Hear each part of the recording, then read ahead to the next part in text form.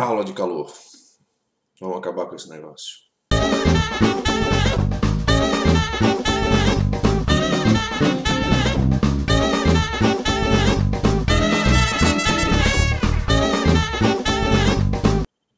Aula de calor. Falamos de temperatura antes, aula agora de calor.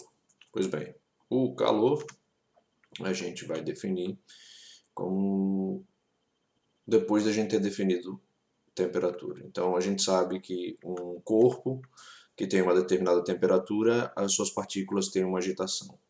O que a gente pode dizer então é que outro corpo igual, se ele tiver uma temperatura maior, então ele com certeza tem uma agitação maior às suas partículas. Se eu encostar esses dois corpos, então, como há uma diferença de energia térmica, né, de agitação, eu começo a ter o que a gente chama de calor, ou seja, uma transferência dessa energia térmica de um corpo para o outro. E isso vai durar até que os dois corpos tenham a mesma agitação, ou seja, quando eles atingem o equilíbrio térmico e têm a mesma temperatura. Então, calor nada mais é do que uma transferência dessa energia térmica, que sempre vai acontecer do corpo que tem mais temperatura para o corpo que tem menos temperatura. O calor só vai existir quando houver diferença de temperatura. Então, se há diferença de temperatura, tem calor. Se não existe diferença de temperatura, não haverá calor.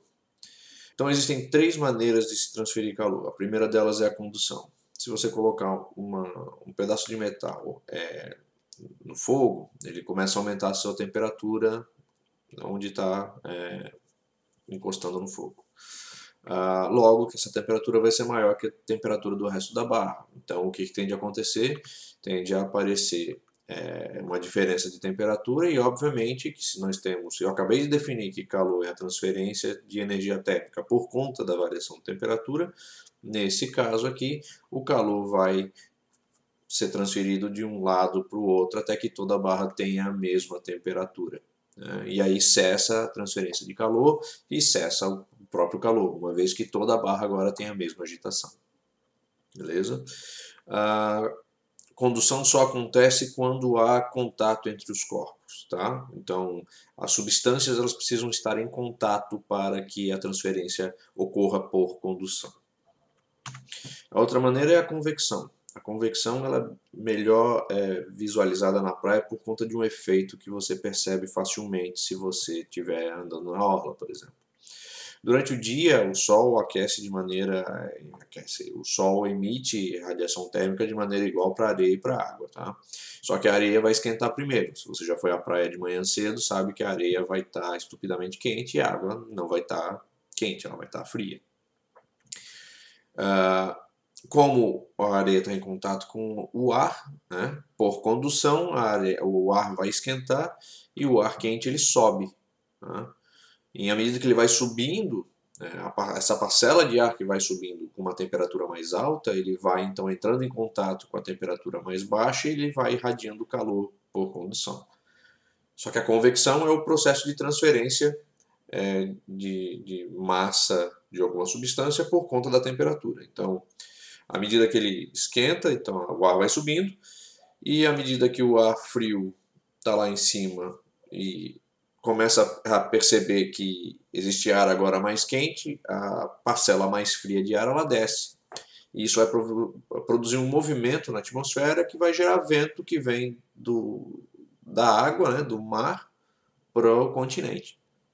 Esse processo continua enquanto a areia tiver com uma temperatura bastante alta em relação à temperatura da água. Tá? Mas quando o sol se vai, ou seja, no princípio da noite, a areia ela esfria muito rapidamente. Isso você pode observar durante o dia, se você pegar aquela areia que estava sapecando o seu pé na praia e levar à sombra, em menos de um minuto ela já está com uma temperatura suficientemente para você encostar a mão nela numa boa. Né? Enquanto que a água ela demora mais tempo para aquecer, mas também ela demora mais tempo para esfriar. Então, no princípio da noite, se você já entrou na água do mar no final do dia, né, você percebe, como a água está quente. Na verdade, ela está irradiando calor agora, porque a temperatura dela vai estar mais elevada que a temperatura da areia, e aí ocorre um processo inverso, né? A água agora está irradiando calor para o ar, então o ar está subindo, e a areia da praia está mais fria, então ela não aquece o ar, então o ar desce por ela. E aí o movimento é de vento do continente para o oceano. Então, por isso que durante a noite o vento vem no sentido para o mar, né? Então, o processo de convecção nada mais é do que essa transferência dessa parcela de substância por conta da sua temperatura. Mas ela vai irradiar calor por condução, porque ela vai começar a tocar em outras parcelas de ar que não têm a mesma temperatura dela. O terceiro processo é a radiação, que é a responsável por a gente receber energia do Sol, né? Porque uma vez que entre o Sol e a Terra você vai ter alguns não, são dois planetas, né? Mercúrio e Vênus, que estão bem localizados, e às vezes algum pedregulho, algum asteroide, enfim, não existe nenhuma substância que possa conduzir calor pelo método da condução ou convecção. Então o Sol ele irradia calor, tá? Então a forma pelo qual o Sol transmite calor para a gente é por radiação. Essa radiação é fácil você perceber também no nosso dia a dia, além do Sol. Se você está na alguma estrada e tiver alguma plantação de cana sendo incinerada para colheita, se você estiver passando muito rápido com o carro, não tem tempo para a condução do calor ser feita pelo ar e atravessar o seu carro e te atingir. Quando você está passando perto de um canavial que está incendiado, é a radiação que você sente, a radiação do calor por conta da não necessidade de se transmitir o calor através da matéria, certo? Então ele vem por radiação.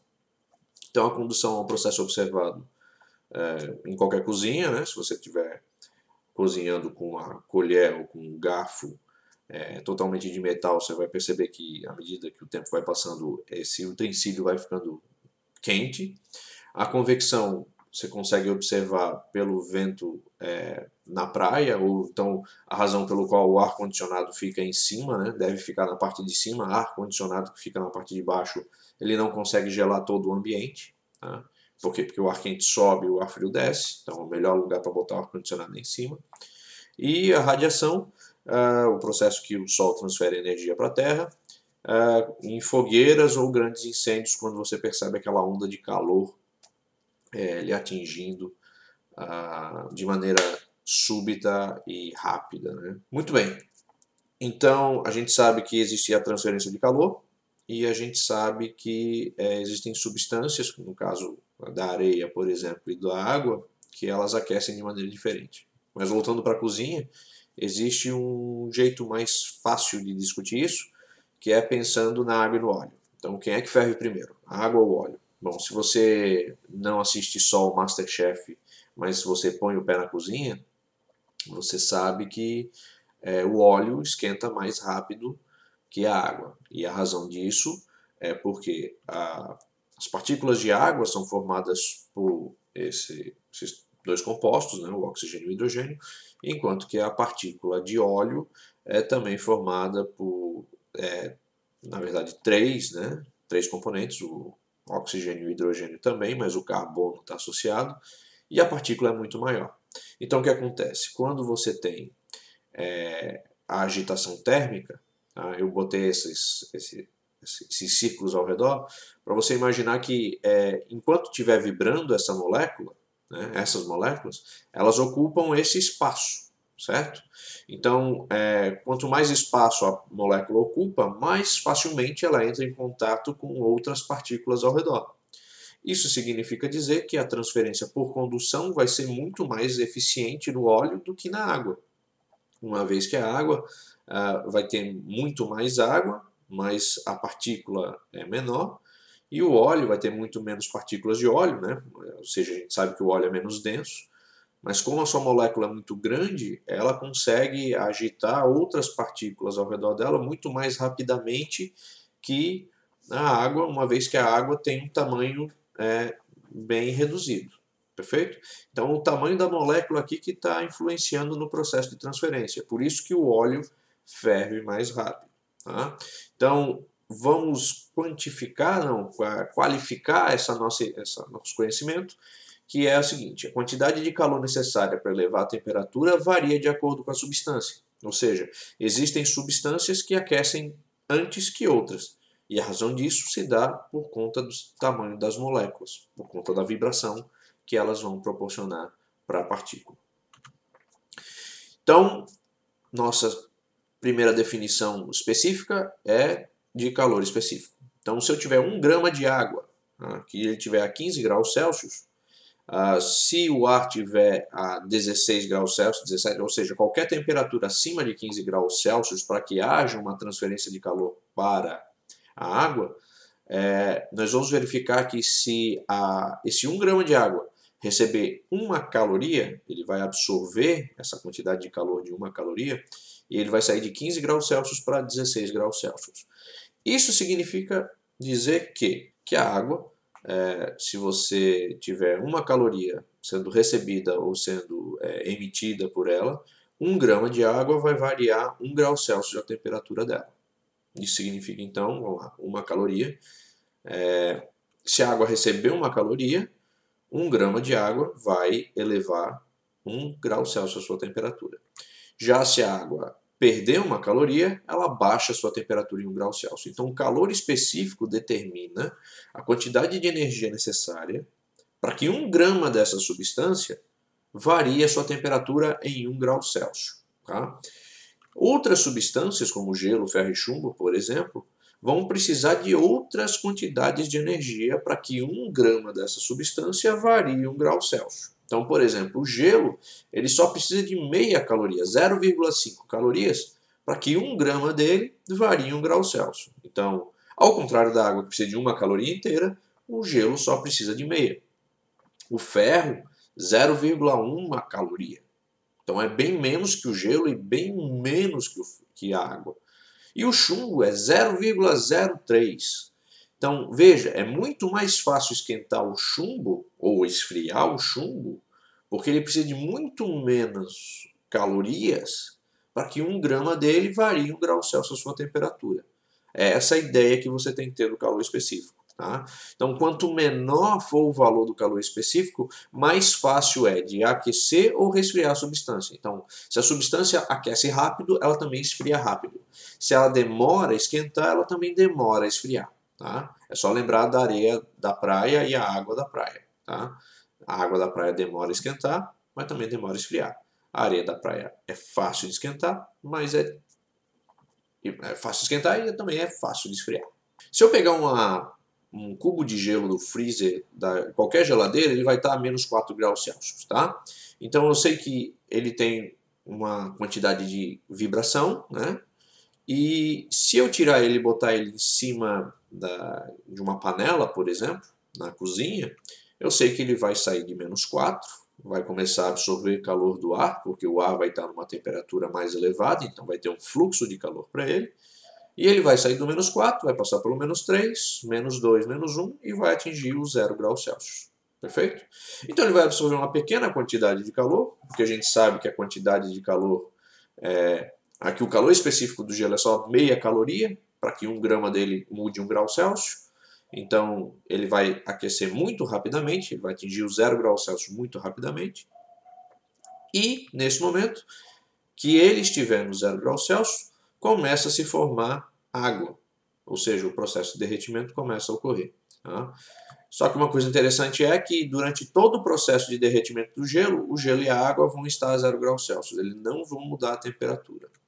E aí você vai ter água a 0 graus Celsius, que pode aquecer até 100 graus Celsius. Tá? Então, esse aquecimento da água ocorre do 0 graus Celsius até 100 graus Celsius. Depois, se você continuar aquecendo a água, a gente vai ver que a água vai começar a se transformar em vapor, mas que isso tudo continua durante todo o processo de vaporização, continua a 100 graus Celsius. Tá?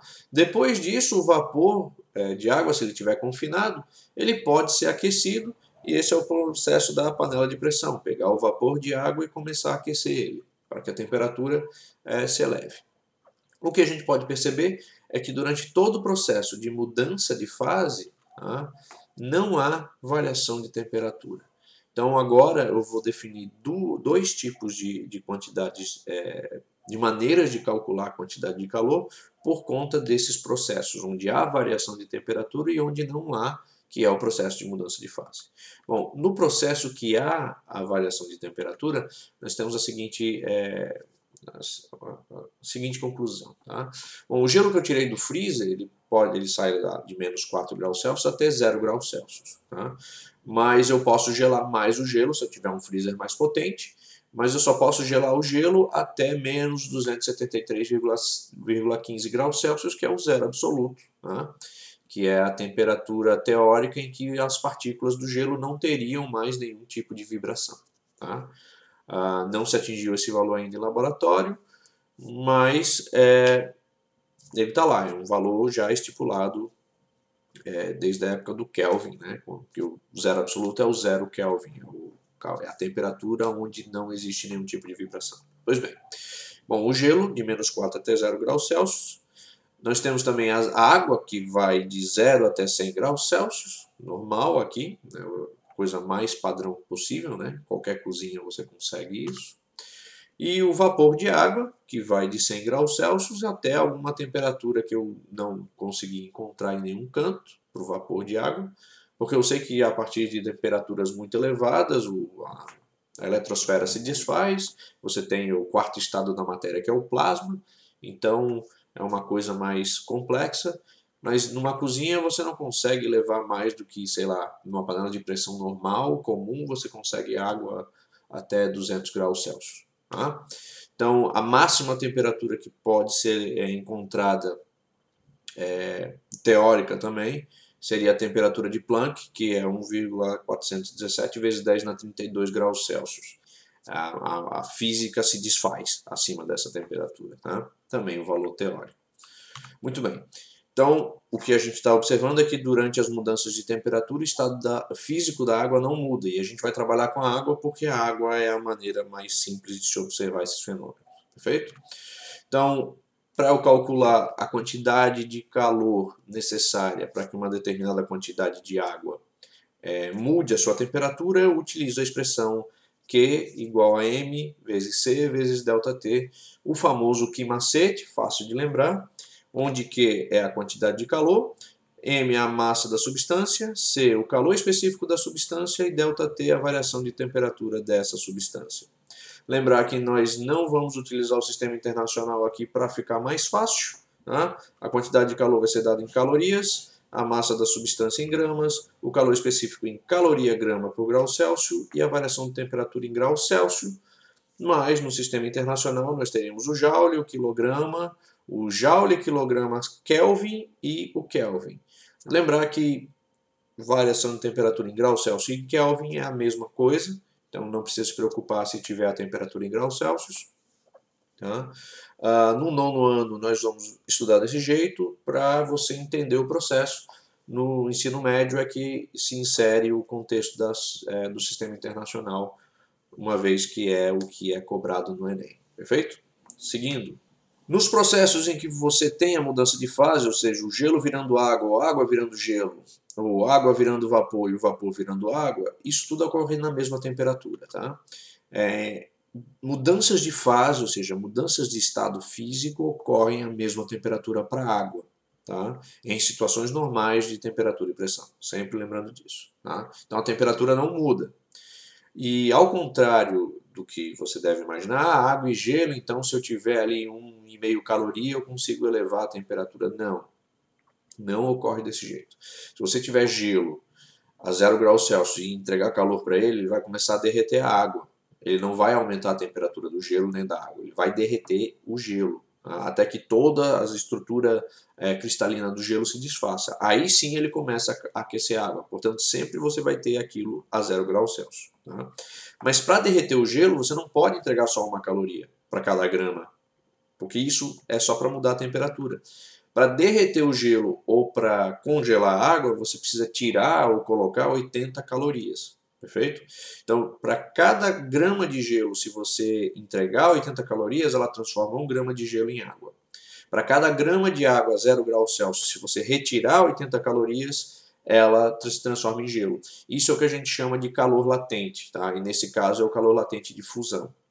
Já para a água e o vapor, você tem que associar uma energia de 540 calorias. Tá? Então, entregou 540 calorias para a água a 100 graus Celsius, 1 grama dela vira vapor. Se você tirar 540 calorias do vapor de 1 grama de vapor de água, ele se condensa em água. Perfeito? E aí a expressão não entra variação de temperatura, uma vez que a temperatura não muda. A expressão, no caso, é o Q igual a M vezes L, né, o Qmala, porque ele não muda, ele fica sempre na mesma, né, só lembrar disso. Que continua sendo a quantidade de calor, M a massa da substância e L o calor latente. E aí você precisa tomar cuidado, porque se a gente estiver falando de gelo com água, é 80 calorias. Se a gente estiver falando de quantidade de vapor, é 540 calorias. Tá? Então as unidades são a caloria para quantidade de calor, massa em grama e o calor latente é calorias grama. Então o calor latente de fusão da água, né, água e gelo ali são 80 calorias por grama, e o calor latente de ebulição da água é 540 calorias por grama. Então você precisa de 80 calorias para que 1 grama de gelo se torne 1 grama de água.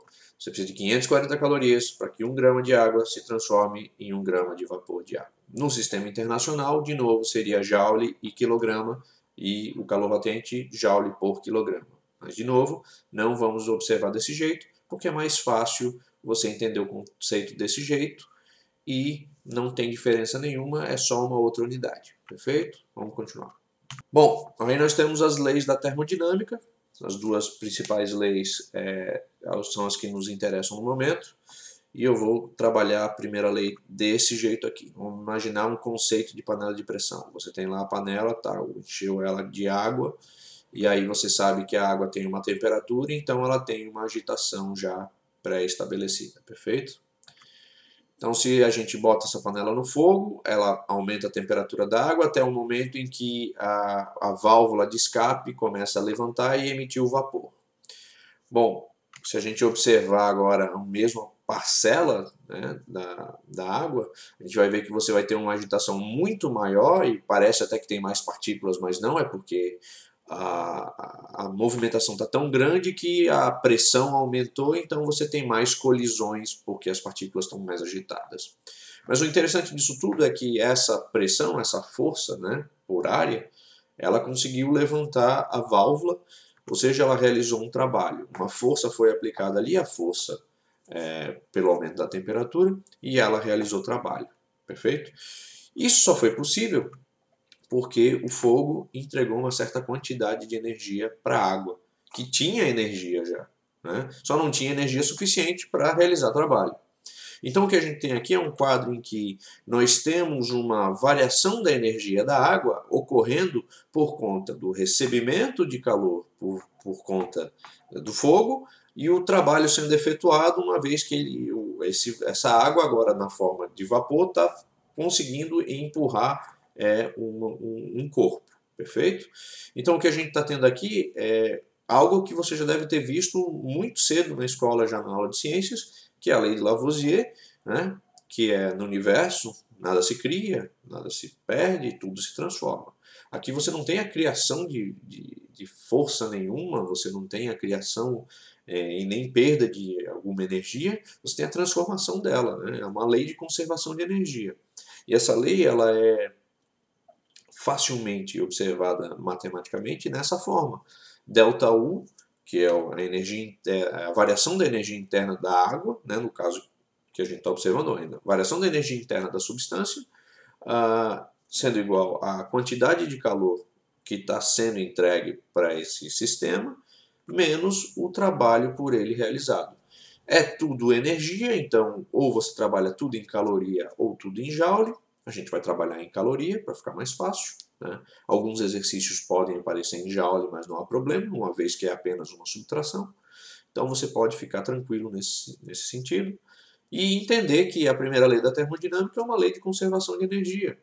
Tá? Você vai ter, então, um aumento, uma diminuição da energia interna do sistema por conta de uma quantidade de calor que lhe é entregue e um trabalho que é realizado ou não. Tá? Então, você vai ter aí situações em que o trabalho pode ser efetuado ou não, então você vai ter aumento ou não da quantidade de energia interna da substância. Então, é entender esse processo. É bem simples, é bem fácil, você só precisa saber o que é a variação da energia interna, o que é a quantidade de calor, ou seja, a energia entregue para esse sistema, e o que é o trabalho efetuado por esse sistema. Perfeito? Já a segunda lei, é uma lei mais prática.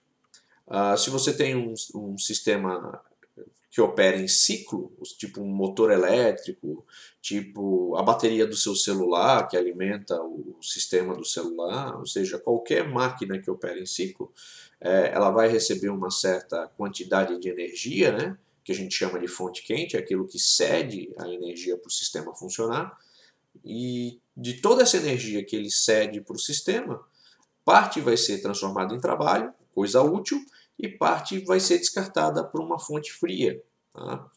O que a segunda lei da termodinâmica vai propor, então, que é impossível construir uma máquina térmica que, operando em ciclo, transforme em trabalho todo o calor a ela fornecido. Ou seja, então, se a gente pegar um motor aí bem furreca, bem pouco eficiente, que consuma o máximo e transforma o mínimo em energia, dos 100% de gasolina que você bota no motor, 34% efetivamente vai movimentar o carro. O resto, os 66%, vão ser perdidos na forma de calor do motor, barulho, trepidação, enfim, todos os processos que ele pode se transformar, que não vão ser úteis, que vão acabar sendo jogados para o escapamento, que é a fonte fria. Então, o processo que você deve entender é que a fonte quente é a fonte de energia, o trabalho seria a coisa útil que essa máquina faz, e a fonte fria seria a energia que foi perdida no processo em que a máquina teve que produzir para realizar o trabalho. No caso de um celular, por exemplo, você sabe que se ficar falando muito tempo no celular, o celular esquenta. Pronto. Isso é energia elétrica da bateria que está sendo perdida para a fonte fria, que no caso é o ar. Perfeito? Toda máquina térmica tem isso. Infelizmente, né, você não tem como ainda, né, até que se prove o contrário da termodinâmica, você não tem como escapar da segunda lei da termodinâmica. Certo?